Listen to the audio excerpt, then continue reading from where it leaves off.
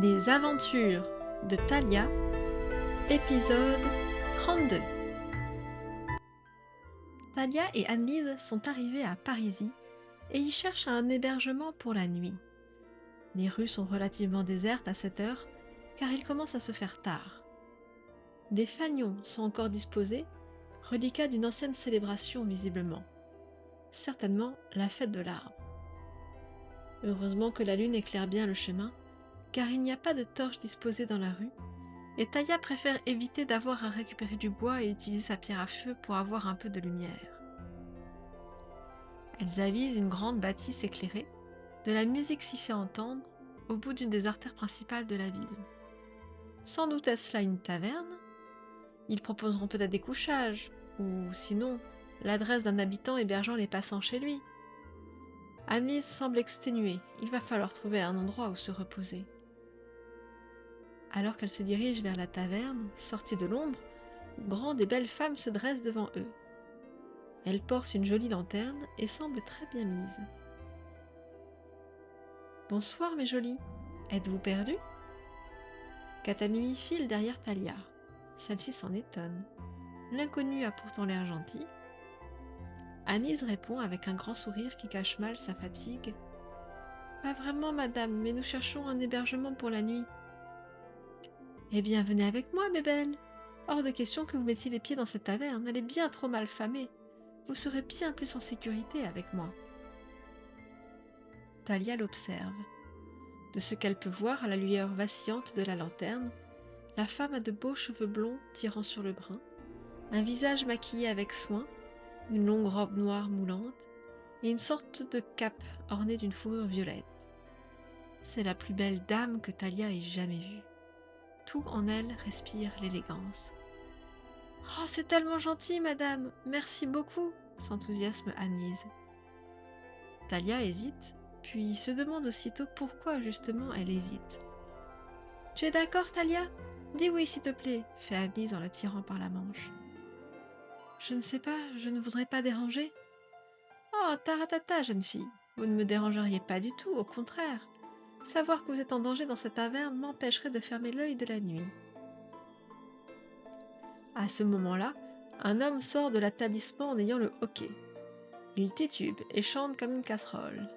« Ma jolie poupée qui parle, pourquoi tu dis non, ma sacrée poupée, je vais te massacrer. » On vous suit, décide Thalia, qui préfère s'éloigner le plus vite possible du client aviné. « Parfait.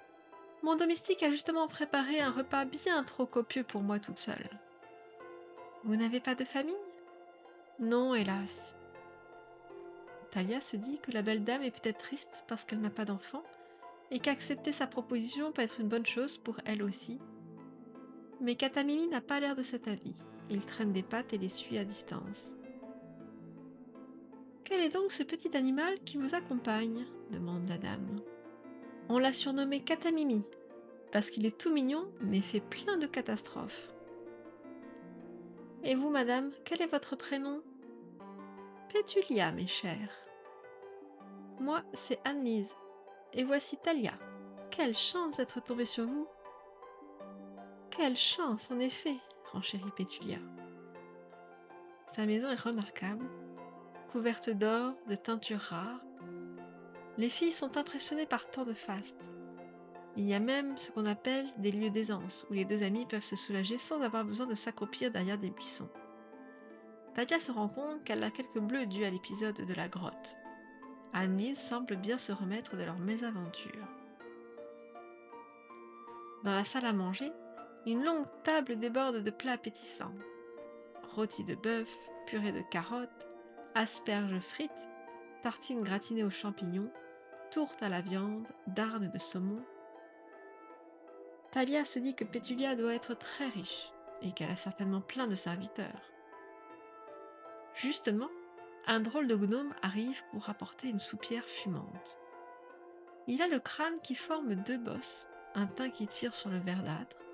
Il n'est pas plus grand que Thalia, surtout qu'il marche voûté, et ses oreilles et ses bras sont anormalement longs. Pour ne pas être impolie, Thalia s'empêche de le dévisager, mais Agnès a du mal à cacher sa surprise. « Va-t'en, mes charmantes invitées n'ont certainement pas envie de voir ta sale tête, lui dit Pétulia d'une voix hautaine. Les jeunes filles sont surprises de son ton acerbe. Mais dès qu'Agnès s'assoit à la table, elle retrouve immédiatement le sourire. « Oh, que ces plats donnent envie !»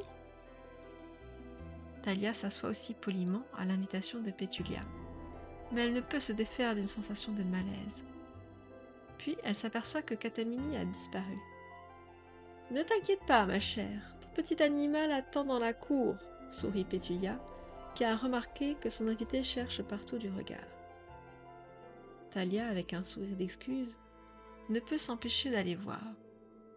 En effet, leur petit compagnon de voyage est roulé en boule sur le muret qui entoure la propriété de Pétulia.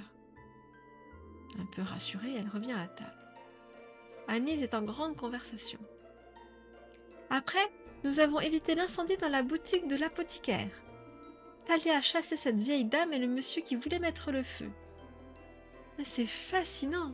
Quelles aventures vous avez vécues! Et ce n'est pas tout.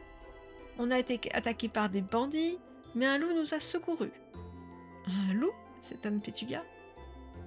Ah oui, mais ça, c'est une autre histoire en fait. J'adorerais l'entendre.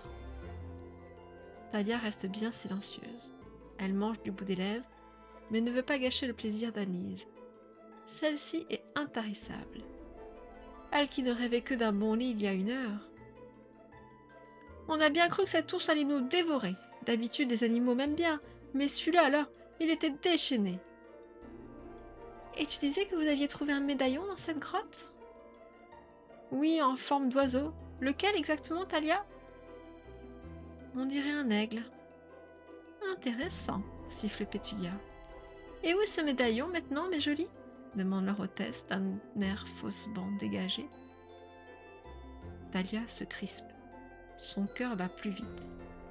Elle répond en tentant de conserver un ton de voix assuré.